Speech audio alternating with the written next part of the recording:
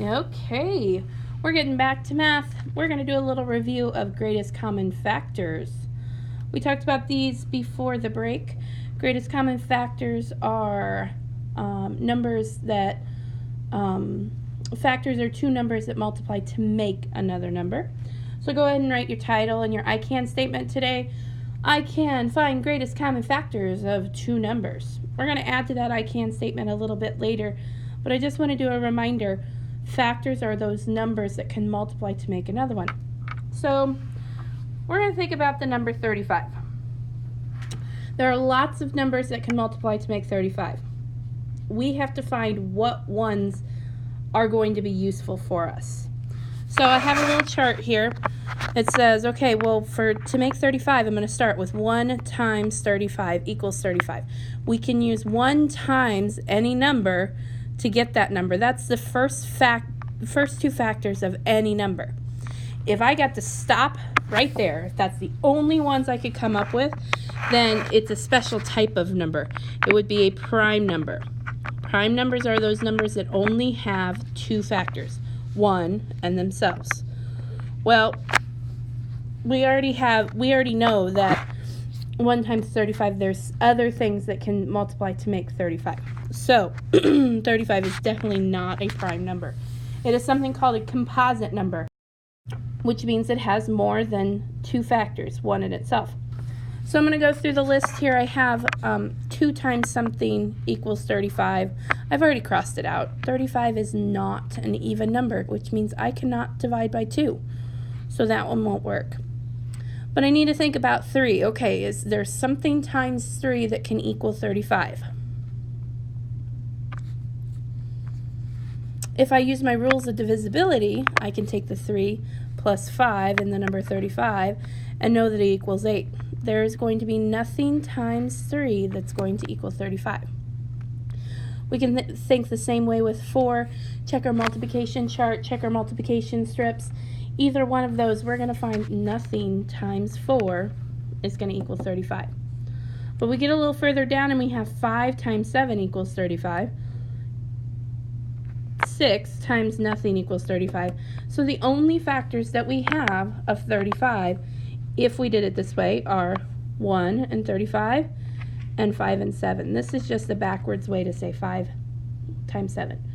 I could do this in a factor tree way, which we practiced before the break. So we have 35, two numbers that multiply to make 35, and those two numbers are circled because they themselves are prime numbers. There's only two factors that make them.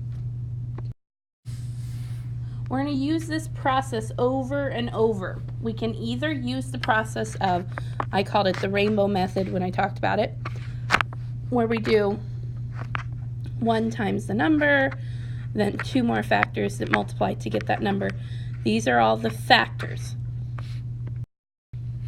Well, if we want to find a GCF, or a greatest common factor, we can find it 2 ways. We can use the rainbow method, just like this, but we're going to compare 2 numbers when it comes to this. So we have 35 versus 40, and we want to find what they have in common, but we want the greatest number they have in common as factors. 35 and 40, well, there's a 3, there's a 4, there's a 5, there's a 0. That's not what I'm comparing. That is not what I'm looking at. I'm looking at factors. I want to know numbers that multiply to make these. So for 35, I got 1 times 35. I got 5 times 7. For 40, I come down here, I start with my 1, the rainbow method, 1 times 40. 2 times 20. 4 times 10. Or 5 times 8. All of those can multiply to make 40. So I can either do it that way and find my greatest common factor. Well, what do they have in common here? I see they have a 1 and a 1 in common here. I don't see a 2 up top. I don't see a 4 up top, but I do see some 5s here. I see 7, 8. Nope, nothing else in common. So their greatest common factor, or their GCF, is 5. Oh, I do hope that you're writing this in a notebook. Everything that I write, you write. You should be writing this down. We learn 3 different ways. We learn by hearing, we learn by seeing, and we learn by doing. So if we're writing in our notebook, we're training our brain to understand this. There is another way that we can find these GCFs. So this is our one way that we've just practiced. But our other way is we can make a factor tree. And a factor tree starts, we put the 2 numbers up top, just like I showed you before, 35 on this side, 40 on this side, and we come up with 2 numbers that multiply to get that. If the numbers are prime, meaning there are only 2 factors, we are done. But in this situation, 20 times 2, 2 was prime, 20 was not. We had to keep going. 2 times 10, well, 2 was prime, 10 was not. We had to keep going. 2 times 5 makes 10. 2 was prime, and 5 was prime. So then what we do to find the greatest common factor is we see what they have in common. Well, on 35, I see a 5, and over here on 40, I see a 5, but I don't see anything else that they have in common. So their GCF, or greatest common factor, is going to be 5. Okay, so let's practice this. 12, 2 numbers that multiply to make 12. I hope you're writing this in your notebook. You should have a 3 times a 4 or a 2 times a 6. Either way it will work. I'm going to choose the 2 times 6 equals 12. Well, 2 is prime. It only has 2 factors. But 6, I can take 2 times 3 and get 6. I do not want to put 1 times 6 here. That will not help me because then I have to separate 6 again. So we just go straight to the factors that are not 1 and itself. So 2 times 3, well, that makes 6. 2 is prime, 3 is prime. All right, so let's do 20 here. 2 numbers that multiply to make 20.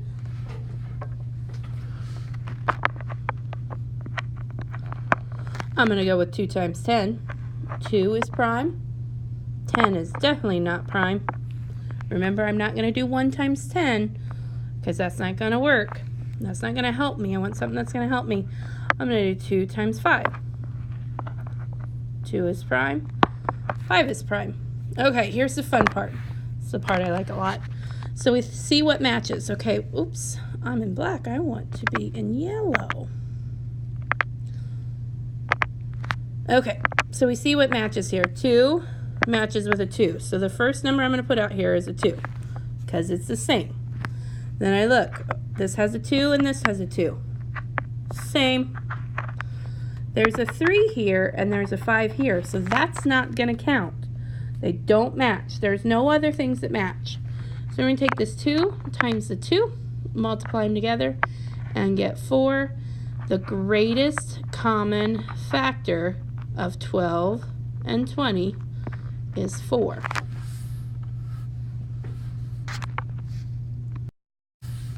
All right, so we're going to use this idea to find simplest form. Simplest form is a fraction where the numerator and the denominator have no common factors. There's nothing else that they have in common that you can find. Through finding your greatest common factor, you're not going to find anything that they have in common. They are done for, they are finished. There's nothing else that they will have in common. So we're going to test this out with 16 over 20. Now with 16 over 20, it's a fraction itself already. Okay? But we want to find the greatest common factor of it. So we take our 16 and we put it here, and our 20 and we put it there. And we go ahead and we do our factor trees. So we go down here and we say, okay, 2 numbers that multiply to make 16. I chose 4 times 4. I would not want to choose 1 times 16 because it's not going to help me. 1 times 16, I'm going to have to keep going with that. So I chose 4 times 4. Well, 4 is not prime, so I separate that out and say, okay, well, 2 times 2, and that's prime. And this 4 is 2 times 2, And so I'm all done. The 2's are all prime. So to get 16, I have factored it down. I have my prime factorization down at the bottom. Well, I've done the same thing for 20, and I said, well, 5 times 4, and 5 is prime, so I went ahead and put 5 there, but 4 is not, so I had to keep going with that. So now's the fun part. Now's the time we find what they have in common. So we say, okay, here's a 2, here's a 2, so that's the first number they have in common. Here's a 2, here's a 2, that's the next number they have in common. But look, I have 2's here and I have a 5 here. There's nothing else that matches. So I go ahead and multiply this 2 times 2 and I get 4. The greatest common factor for 16 over 20 is 4. Now what we do with that, that's the important part next. Okay, so I'm going to take that greatest common factor I found before. It's the number 4. The biggest number that these two have in common the biggest factor that these two have in common is 4. So I'm going to use that 4 to find my simplest form of my fraction. Simplest form, it's going to be an equivalent fraction to 16 over 20. It's going to mean the same thing, just cut into different pieces. I'm going to use that greatest common factor to divide by. I know that both of them are going to easily be divided by 4. So I'm going to go, okay, 16 divided by 4, and I do the same thing on the top as I do on the bottom. It has to be the same number, otherwise it won't work. So 16 divided by 4 is 4, and 20 divided by 4 is 5. This is the simplest form of this fraction. In this fraction,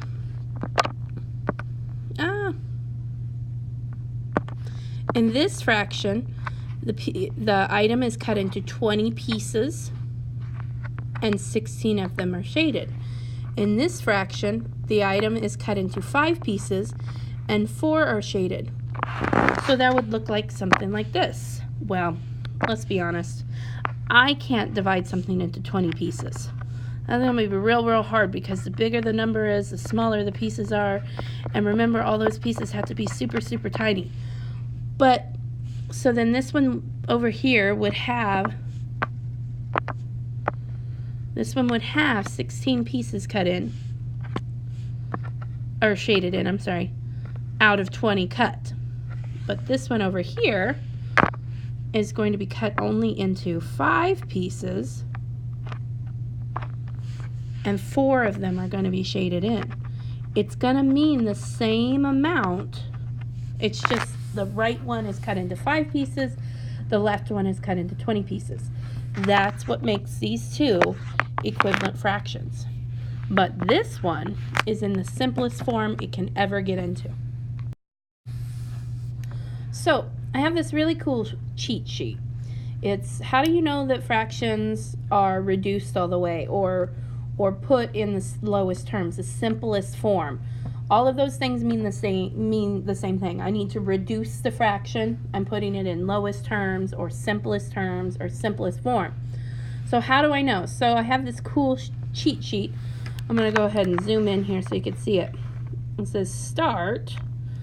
So we're going to start, is the numerator a 1?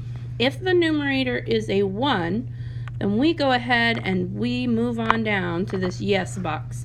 We follow the yes, and it says, hey, guess what? Your fraction is reduced. Yeah, you're done. So if the numerator's already 1, you can't simplify it anymore. But if the numerator's not a 1, we go over to this no.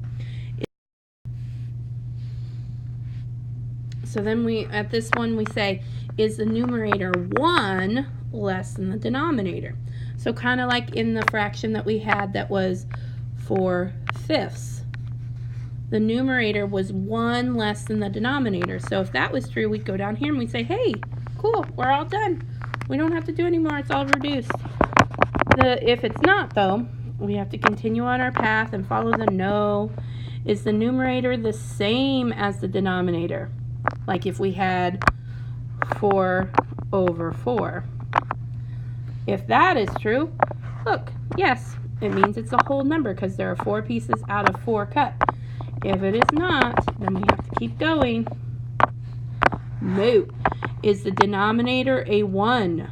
Oh, if the denominator is a 1, so like 4 over 1, then all that we have to do is the answer is going to be the numerator. If we have a number over 1, that means we have one piece, and we have 4 of those, so we have 4 items. All right, so if that's not true, then we have to keep going on our flow chart here.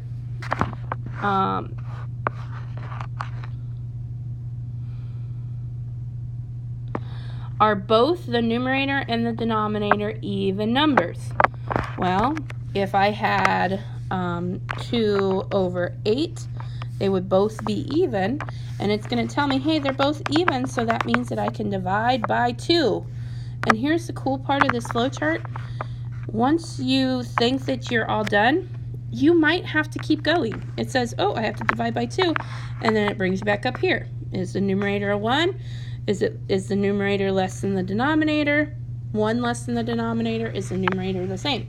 If not, you can keep going down this flow chart. So I'll talk more about this flow chart when you come to the table, but I would like you to use this flow chart as you're working on your assignment. Your assignment today is going to be in the 9-7 folder on Schoology. It has a whole bunch of different fractions that you need to put into simplest form. You're not going to have enough room on the paper to write it down. So you will have to get another sheet of paper. You have to do your work on another sheet of paper.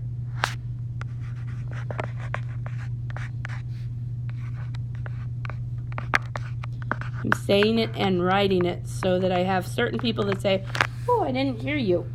Nope, you weren't listening. You have to do your work on another sheet of paper. Submit it back to Schoology, but I would, you could actually put another sheet of paper in Notability, or you can do a piece of notebook paper. Either way, it has to be turned in. So if you do it on Notability, it needs to be turned in with your assignment. If you do it on a piece of notebook paper, I'd like you to turn it into the basket. So I'm going to do a different kind of game, and this one's going to be a secret number. So before you were thinking about a secret word, this is going to be a secret number, and the secret number is going to be between 1 and 1,000. So, I mean, you only have 1,000 guesses there. So you should be able to figure it out, but you got to listen to the clues. So the first clue that I'm going to give you is that the number has a 5 in the tens digit, or in the tens spot. So you can give guesses all that you want, but I think this is going to be a little bit tougher. The first person that gets the right number is going to win a prize. So you want to make sure that you keep track of your clues. The first clue is there's a 5 in the tens spot. In the tens spot. All right. Happy mathing.